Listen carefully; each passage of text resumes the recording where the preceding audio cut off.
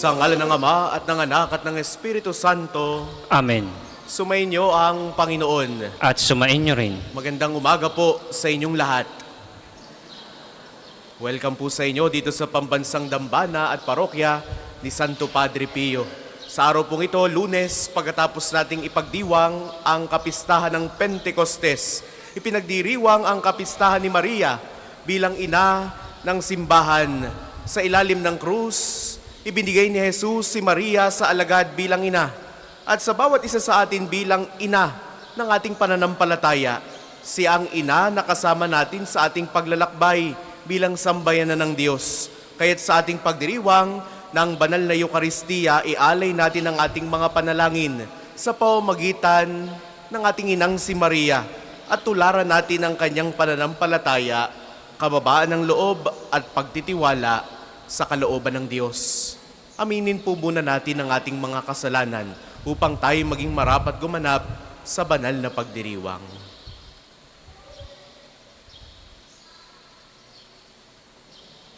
Inaamin ko Sa makapangyarihang Diyos at sa inyo mga kapatid, na lubha akong nagkasala sa isip, sa salita at sa gawa, at sa aking pagkukulang. Kaya sinasamo ko sa mahal na Birheng Maria, sa lahat ng mga anghel at mga banal, at sa inyo mga kapatid, na ako'y ipanalangin sa Panginoong ating Diyos. Kaawaan tayo ng makapangyarihang Diyos, patawarin tayo sa ating mga kasalanan, at patnubayan tayo sa buhay na walang hanggan. Amen.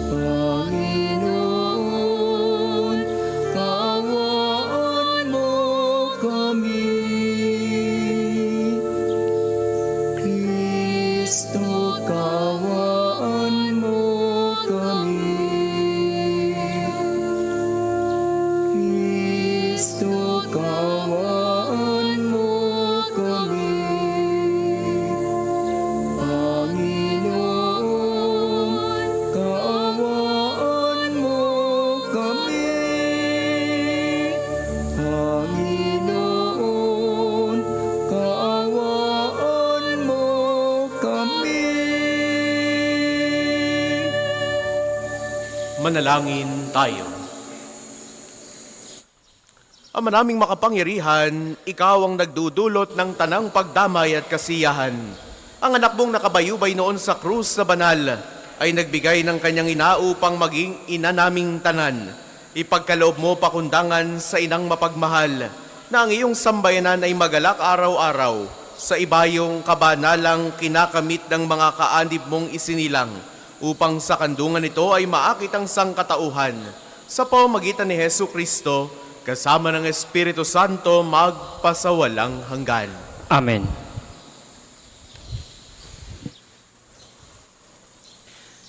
Pagbasa mula sa aklat ng Henesis. Pagkakain ni Adan sa bunga ng puno, tinawag siya ng Panginoon at tinanong, "Saan ka naroon?" "Natakot po ako nang marinig ko kayong nasa hardin. Nagtago po ako sapagkat ako'y hubad." Tugon ng lalaki, "Sinong may sabi sa iyong hubad ka?" Tanong ng Diyos, "Bakit? Kumain ka ba ng bungang ipinagbabawal ko?" "Kasi pinakain po ako ng babaeng ibinigay ninyo sa akin."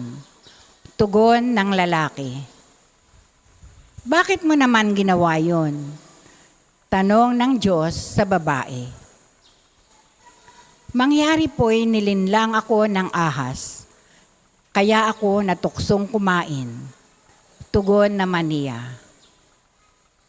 At sinabi ng Panginoon sa ahas, "Sa iyong ginaway may parusang dapat, na tanging ikaw lang yaong magdaranas.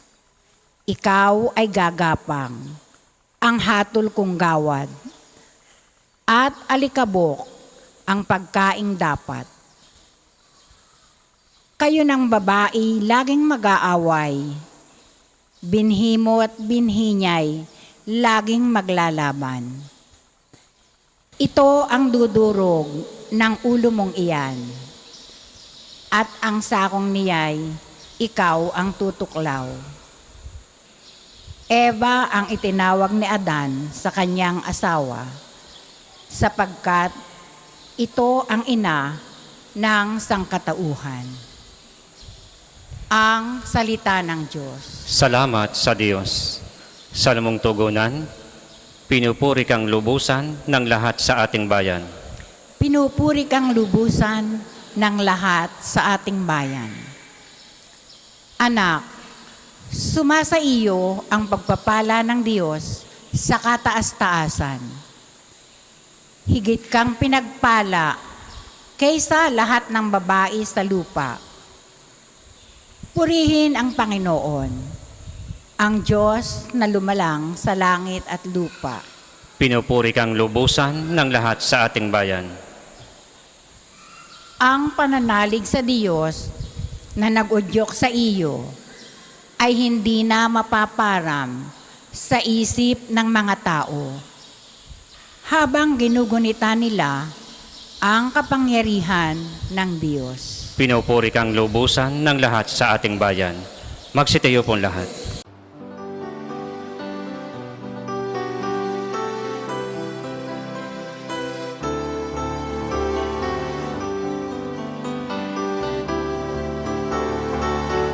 Alleluia, alleluia,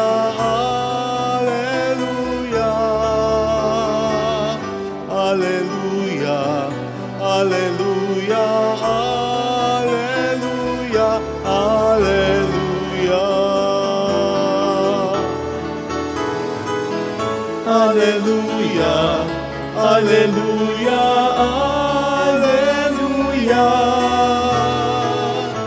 alleluia, alleluia, alleluia, alleluia, alleluia.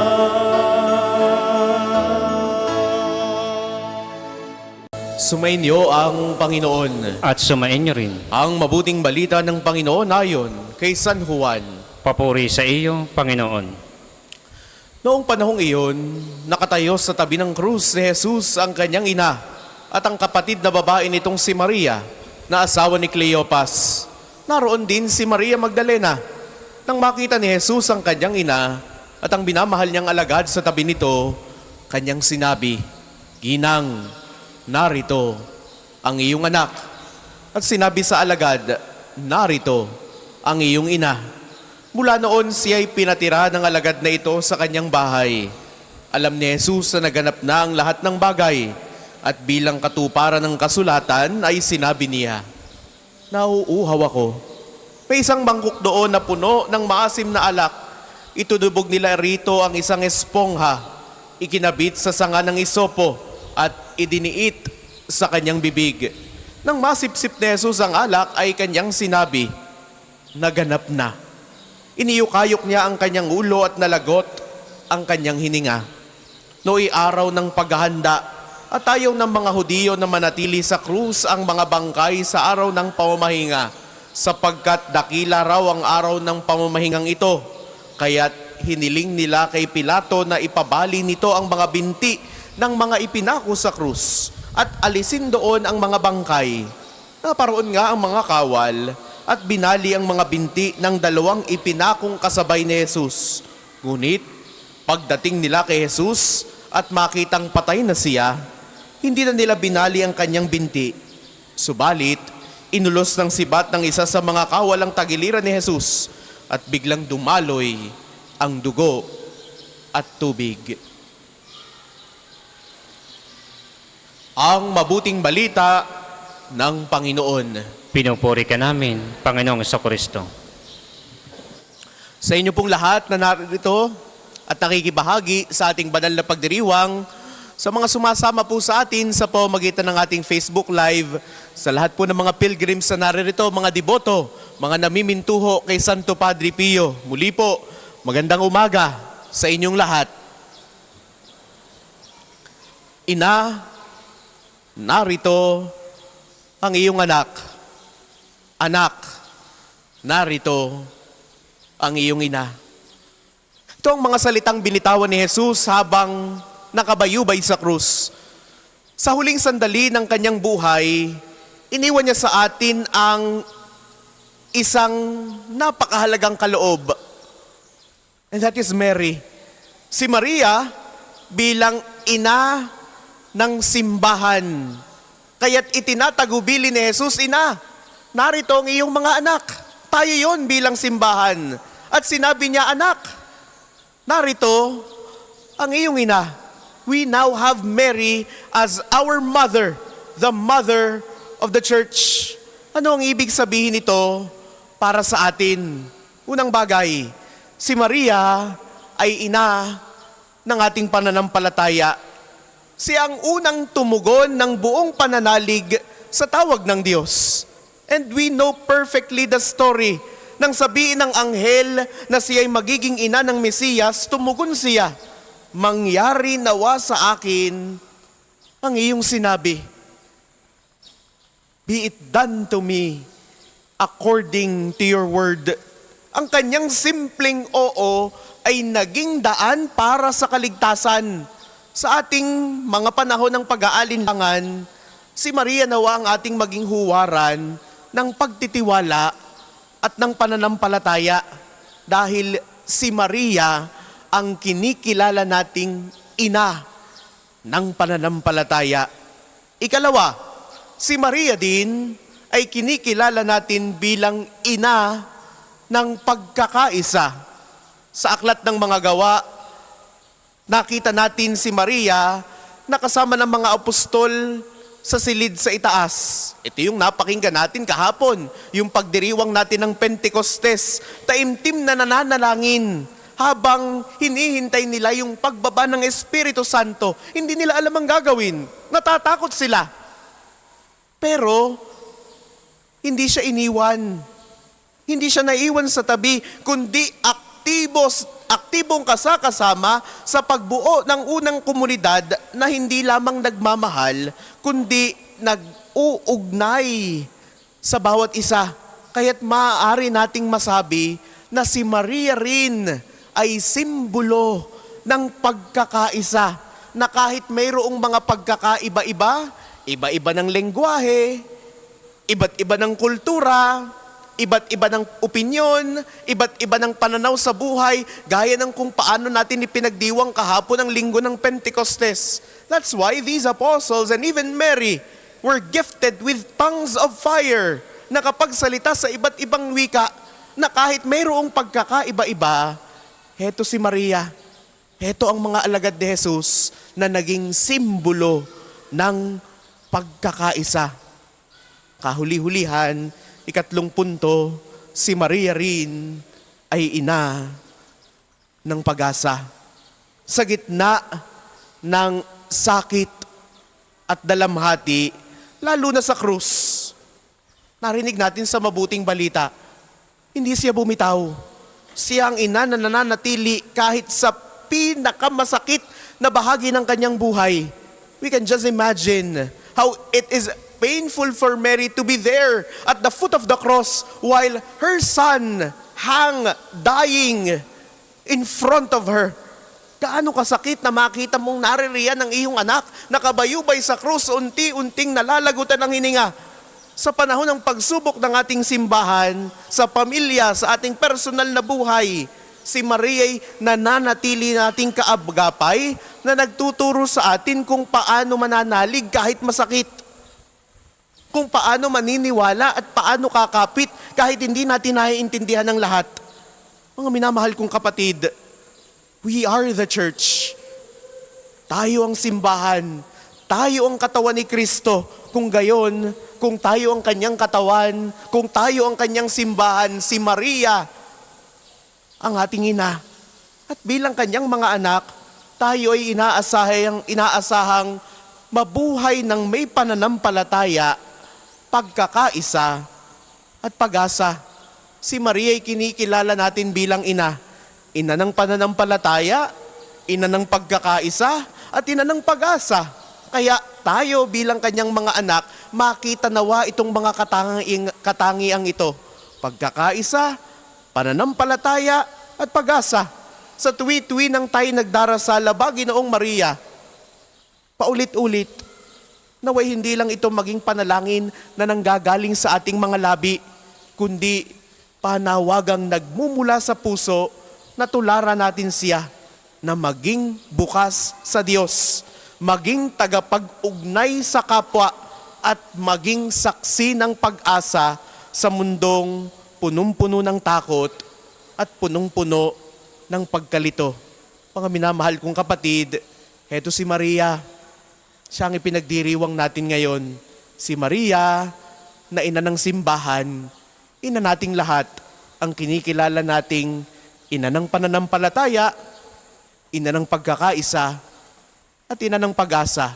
Kaya't panghawakan natin ang tagubili ni Jesus.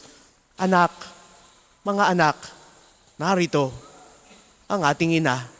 Kaya't Maria, ina ng simbahan, ipanalangin mo kami.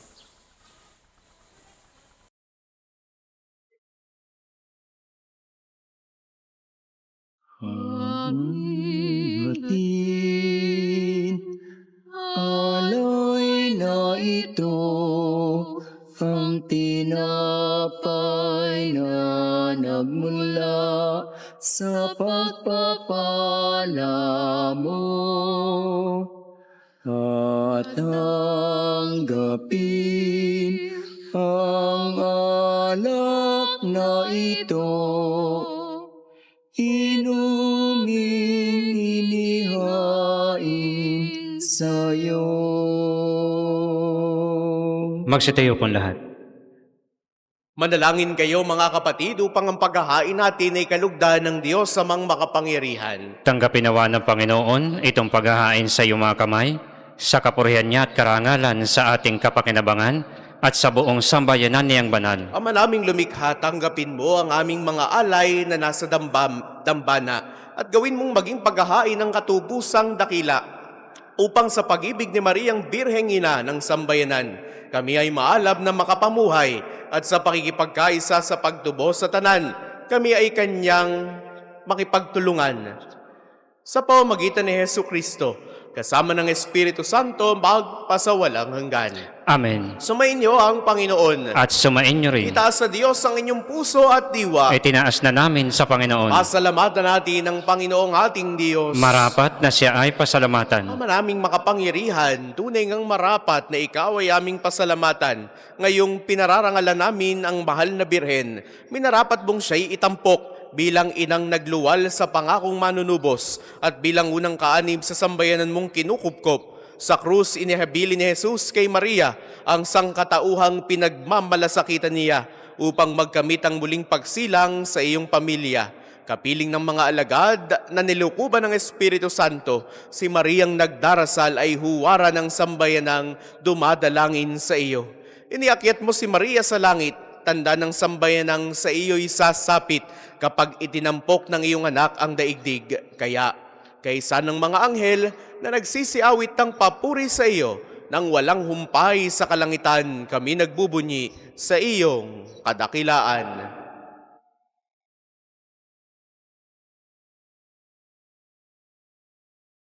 Santo, Santo, Santo, Panginoong Diyos ng mga hukbo, napupuno ang langit at lupa ng kadakilan mo. Hosana, Hosana sa kaitaasan. Pinagpalang na paririto sa ngalan ng Panginoon. Hosana, Hosana sa kaitaasan.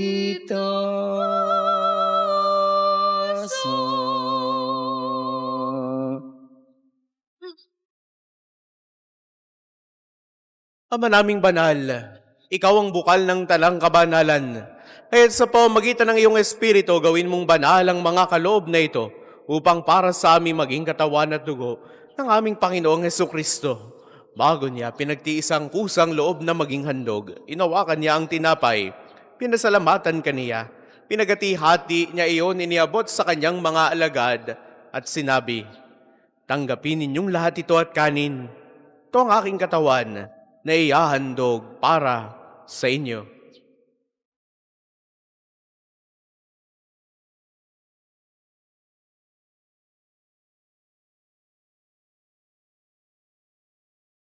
Gayun din naman noong matapos ang hapunan, hinawakan niya ang kalis. Uli kanyang pinasalamatan. Iniabot niya ang kalis sa kanyang mga alagad at sinabi, "Tanggapin ninyong lahat ito at inumin. Ito ang kalis ng aking dugo ng bago at walang hanggang tipan. Ang aking dugo na ibubuhos para sa inyo at para sa lahat, sa ikapagpapatawad ng mga kasalanan. Gawin ninyo ito sa pag-alala sa akin."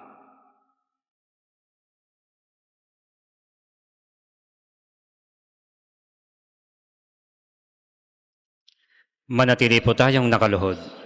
Ipagbunyi natin ang misteryo ng pananampalataya. Si Kristo'y namatay, si Kristo ay nabuhay, si Kristo'y babalik sa wakas ng panahon. Ama, ginagawa namin ngayon ang pag-alala sa pagkamatay at muling pagkabuhay ng iyong anak. Kaya tiniaalay namin sa iyo ang tinapay na nagbibigay buhay at ang kalis na nagkakaloob ng kaligtasan. Kami nagpapasalamat dahil kami iyong minarapat na tumayo sa harap mo para maglingkod sa iyo. Isinasamo namin kaming magsasalo-salo sa katawan at dugo ni Kristo ay mabuklod sa pagkakaisa sa pamamagitan ng Espiritu Santo. Ama, lingapin mo ang iyong simbahang laganap sa buong daigdig. Puspusin mo kami sa pag-ibig kaysa ni Leon na aming Papa at ni Gilbert naming Obispo at ng Tanang Kaparian. Alalahanin mo rin ang mga kapatid naming nahimlay ng may pag-asang sila'y muling mabubuhay, gayon din ang lahat ng mga pumanaw. Kaawaan mo sila at patuloyin sa iyong kaliwanagan. Kaawaan mo at pagindapatin kaming lahat na makasalo sa iyong buhay na walang wakas. Kaisa ng mahal na Birheng Maria, na ina ng Diyos, ni San Jose, na kanyang kalinis-linisang esposo, kaysa ng mga apostol at ang lahat ng mga banal ni Santo Padre Pio na namuhay dito sa daigdig ng kalugod-lugod sa iyo, may pagdiwang nawa namin ang pagpupuri sa ikararangal mo sa pamamagitan ng iyong anak na aming Panginoong Hesukristo. Sa pamamagitan ni Kristo, kasama niya at sa Kanya, ang lahat ng parangal at papuri ay sa iyo, Diyos Amang makapangyarihan, kasama ng Espiritu Santo, magpasawalang hanggan. Amen. Amen. Amen. Sa tagubili ng mga nakagagaling na utos at turo ni Jesus sa Panginoon natin na Diyos, ipahayag natin ng lakas loob.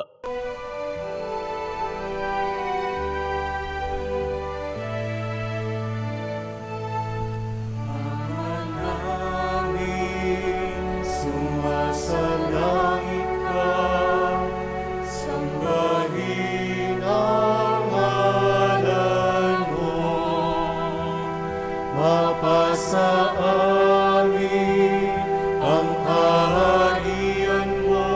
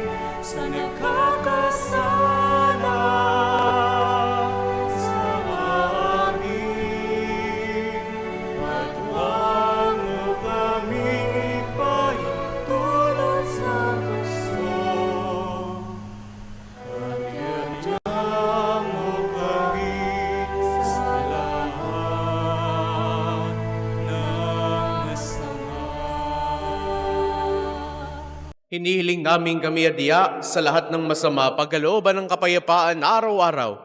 Iligtas sa kasalanan at ilayo sa lahat ng kapahamakan. Samantalang aming pinananabikan ang dakilang araw ng pagpapahayag ng tagapagligtas namin, si Hesu Kristo. Sapagkat iyo ang kaharian at ang kapangyarihan at ang kapurihan magpakailanman. Amen. Panginoong Jesucristo, sinabi mo sa iyong mga apostol, kapayapaan ang iniiwan ko sa inyo, ang aking kapayapaan ang ibinibigay ko sa inyo. Tungayan mo ang aming pananampalataya at huwag ang aming mga pagkakasala. Pagkalooban mo kami ng kapayapaan at pagkakaisa ayon sa iyong kalooban, kasama ng Espiritu Santo, magpasawalang hanggan. Amen. Ang kapayapaan ng Panginoon ay laging sumainyo. At sumainyo rin. Magbigayan kayo ng kapayapaan sa isa't isa. Peace be with you. Kordero ng Diyos na nag-aalis ng mga kasalanan ng sanlibutan, maawa ka sa amin. Kordero ng Diyos na nag-aalis ng mga kasalanan ng sanlibutan, maawa ka sa amin. Kordero ng Diyos na nag-aalis ng mga kasalanan ng sanlibutan, ipagkaloob mo sa amin ang kapayapaan. Kung hindi po kayang lumuhod, ay manatili pong nakatayo ng may paggalang.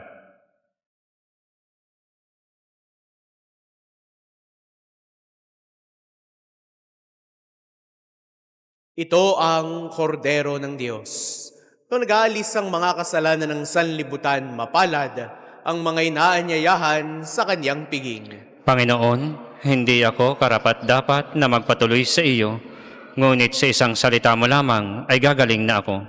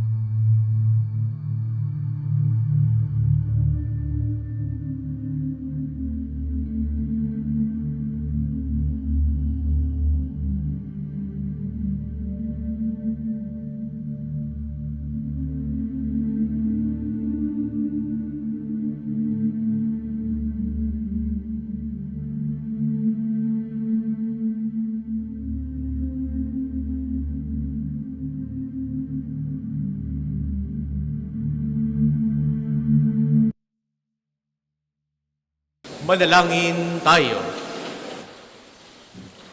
Ama naming mapagmahal, kaming mga nakinabang sa dulot buong katubusan at buhay, ay dumadalangin sa tulong ni Mariang Ina at Birheng Banal.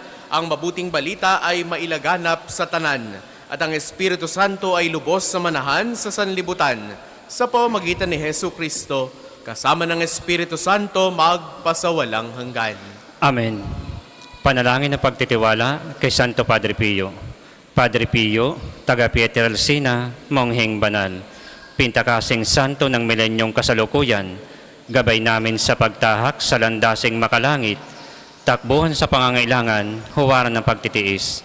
Sa iyo namin inilalapit aming mga kagipitan, sa iyo po ibinibilin kalusugan at kabuhayan. Banggitin ng tahimik ang mga personal na kahilingan.